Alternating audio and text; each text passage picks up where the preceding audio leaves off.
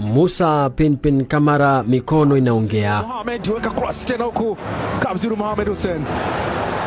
Inacheza mpira kama tamri na wacha Musa Kamara. Ya moto ile. Ni shetani ama ni jini? Ni nini hiki? Ni mikono 100 kama Manuel Neuer? Hapana. Ni Spider-Man Mr. Pinpin Kamara, aliyezaliwa kwa ajili ya kudaka na kuichezea Simba. Kumwangalia Pinpin Kamara akifanya sevu ni kama kuota ndoto nyevu wakati wa ujana, yani raha zaidi ya raha yenyewe. Pinpin amekuja kuwafuta machozi na kuondoa shaka wana Simba. Ni zaidi ya nyanda la mpira, amerejesha utulivu katika eneo la lango na kuifanya Simba iwe timu ngumu kufungika.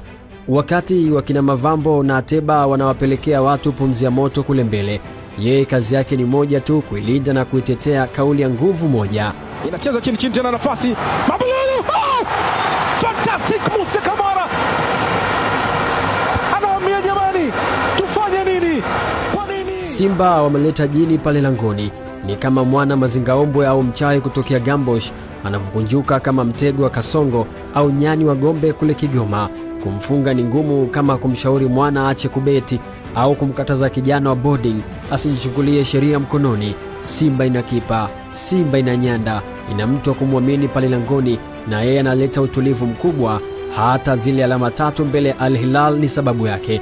Katika msimu wa kwanza tayari ameshaficha aibu nyingi za mabeki wake. Furaha sasa kwa wababe wa Kariakoo ni yeye, bila kucheza ile penalty mji usingekalika.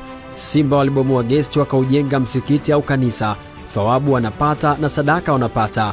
Wapo juu kwa furaha, nyanda linawapa amani ya moyo. Spider-Man kwenye mikono yake kwa kuruka kama mshare wa sekunde katika saa unavyoitafuta dakika. Taratibu ameanza kuwa kipenzi cha wana Simba. Ameanza kuwateka akili wababe wa Kariakoo. Huyu mwamba hadaki mishari wala risasi, nyanda anadaka mpira.